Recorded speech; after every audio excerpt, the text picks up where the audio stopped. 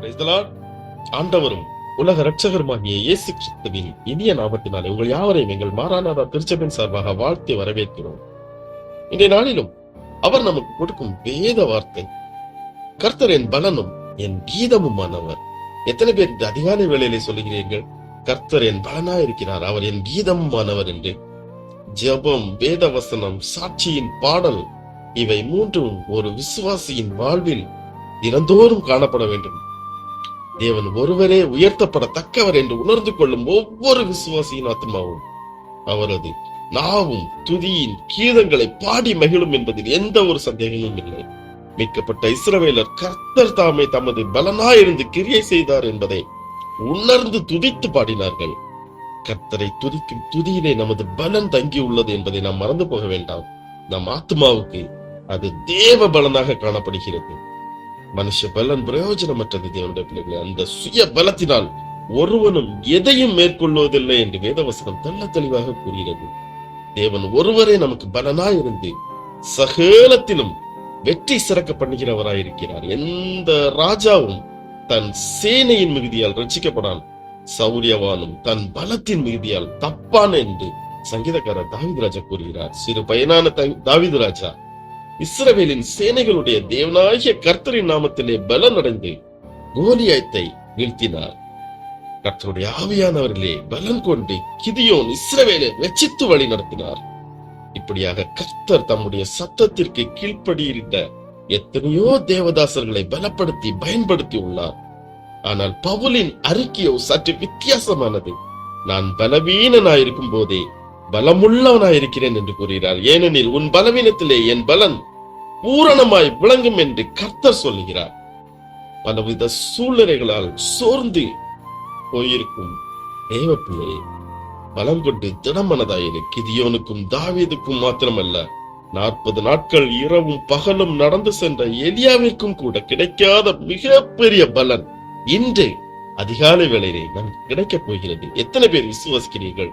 அதுதான் சிலுவையின் அடியில் நாம் பெற்றுக்கொள்ளும் தெய்வீக பலன். அழைக்கப்பட்ட யாவருக்கும் கிறிஸ்து தாமே தேவ பலனும் தேவ ஞானமுமாயிருக்கிறார்.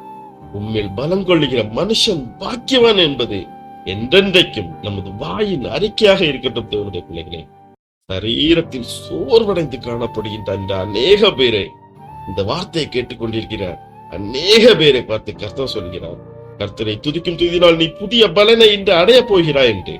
ஆத்மாவில் சோர்வடைந்திருக்கிறாயா? நமது பலன் கிறிஸ்துவினிடத்தில் இருக்கிறது. இப்போதே அந்த சிலுவை அண்டைக்கு வந்துவிடு. கர்த்தர் உன்னை தன் பலத்தால் இடை கட்டுவார். உன் பலவீனத்திலே என் பலன் பூரணமாய் விளங்கும் என்று இயேசு கூறியதை நாம் நினைத்து பார்ப்போம். பொருளாதாரத்தில், குடும்பத்தில், வேலையில், ஊழியத்தில் கூட நாம் பலவீனமான சூழ்நிலையில் என்று நாம் காணப்படலாம். நாம் விரும்பிய மாற்றத்தை செய்ய முடியாமல் பாரப்பட்டு துக்கப்பட்டு காணப்படலாம். ஆனால் ஆண்டவர், நானோ உனக்கு பலனாயிருக்கிறேன், ஆபத்து காலத்தில் அனுகூலமான துணையாயிருக்கிறேன், நானே உன்னை களிகூற பண்ணுவேன், என்னுடைய கிருபையும் உண்மையும் அறிவிக்கும் புது பாட்டை என் இருதயத்தில் எழும்பும்படி செய்வேன் என்று தேவன் கூறுகிறார். ஆம், நாம் ஜெயித்ததை பாட மாட்டீர்கள், ஆனால் வெற்றியை அளித்தவர் இயேசு என்பதால் அவரை நாம் பாடிக்கொண்டே இருக்க வேண்டும்.